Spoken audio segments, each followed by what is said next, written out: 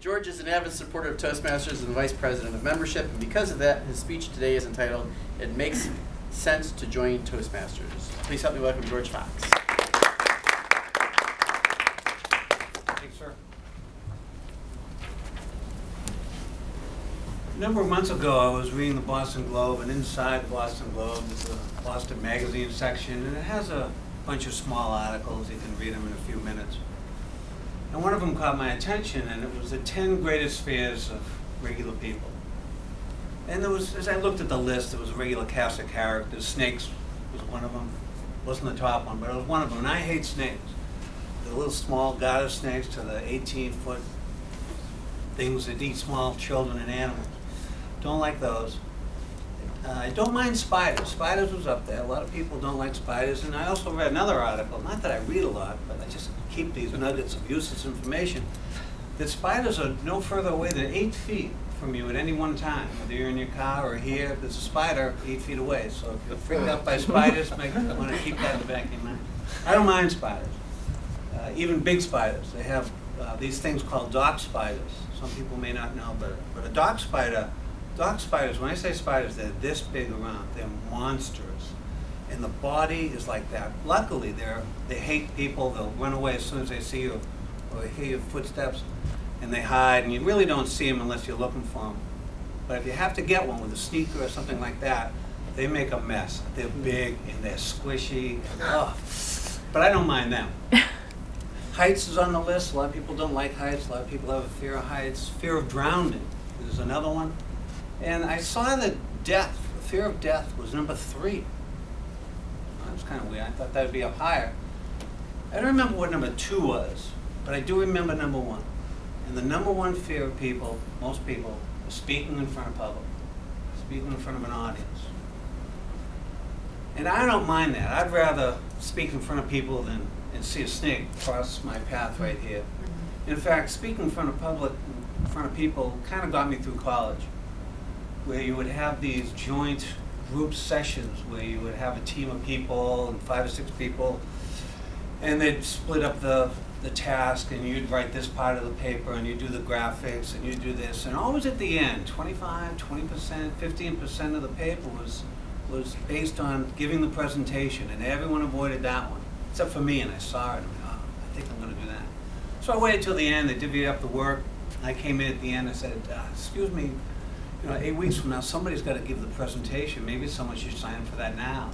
And everyone's like, so I said, all right, well, if you take some of my work, I'll do the talk. So it was great. Some of my classes, 8-week, 10-week classes, consisted of one 20-minute talk. It was a great way to go through school. But it really pointed out the fact that people don't like speaking in front of people, other people. By themselves, maybe in the car, they like it, but in front of a group, it's the number 1 fear. It's true of the working world, too.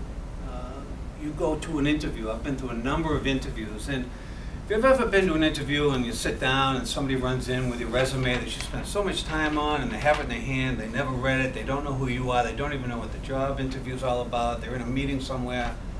And one of the things, rather than look at your resume, they say, well, tell me something about yourself.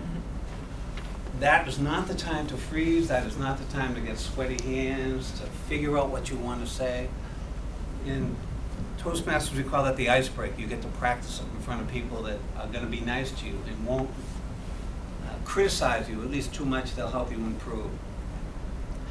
Job interviews, speaking in front of people helps. If you're a parent, you have to go to a PTO meeting, you're in front of a crowd, you want to talk about a bake sale or a raffle or something, you're speaking in front of a crowd. I've fought a number of parking tickets and speeding tickets, and you have to get up in front of a judge. It's a little bit intimidating. You want to be able to have that skill to put your message across without looking too foolish.